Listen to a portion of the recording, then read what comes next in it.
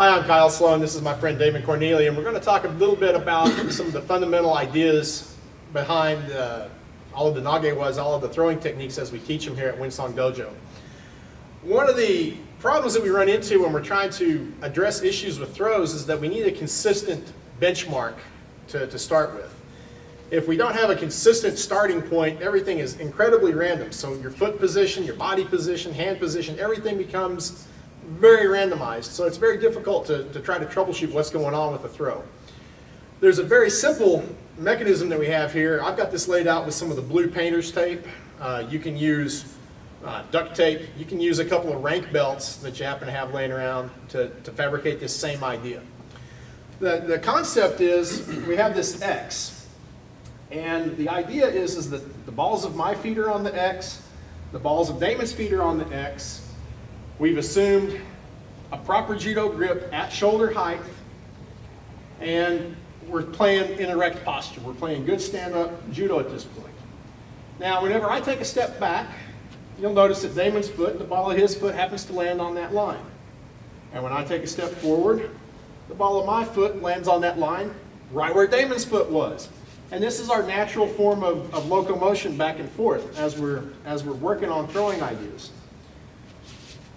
To this, we've added these other little marks here. And what this is this is like a target for your foot. And it's consistent regardless of which type of throw you're working on. Whether it's ashi waza or koshi waza, te waza, it doesn't really matter because all of your support foot will always evolve to this particular target. Your foot will either be across the line, so my toes are perpendicular to the line of his feet. My toes will be pointing toward the man, which we would see with like hizaguruma and such, or my toes will be down the line, like what we're going to see for hip throw and shoulder throw. So the way that I set this little tick mark is with a plain stand-up, erect posture, gripping at my shoulder height. If I step out on this line to where my shoulder is, I'm gripping at shoulder height, my arm is straight, you'll notice that the ball of my foot is right there on that line. And this is where we would be working on these throws. So I use this position for Hiza to gauge where to set that mark because it's a very consistent placement that's relative to your own arm.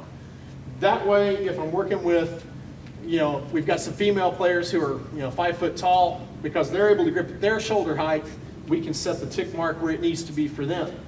Likewise, when Damon steps with his other foot, there we go. If he goes to a Hiza condition here, the ball of his foot is on that line. You'll notice that his lapel hand is nice and straight. He's gripping at shoulder height. So this gives us the consistent foundation to work from. This is what we use, this idea of these lines of off balance is what we use as a teaching tool as well as a coaching tool. If I can get your feet in the right place, then correcting other defects with the throw become much, much simpler because we have a very consistent starting line for the race. So this is just one of the tools that we use, and you'll see this crop up in all the instructional videos that we're going to do for throwing. So this will teach you on how to work on setting one of these up for your own practice. Thanks.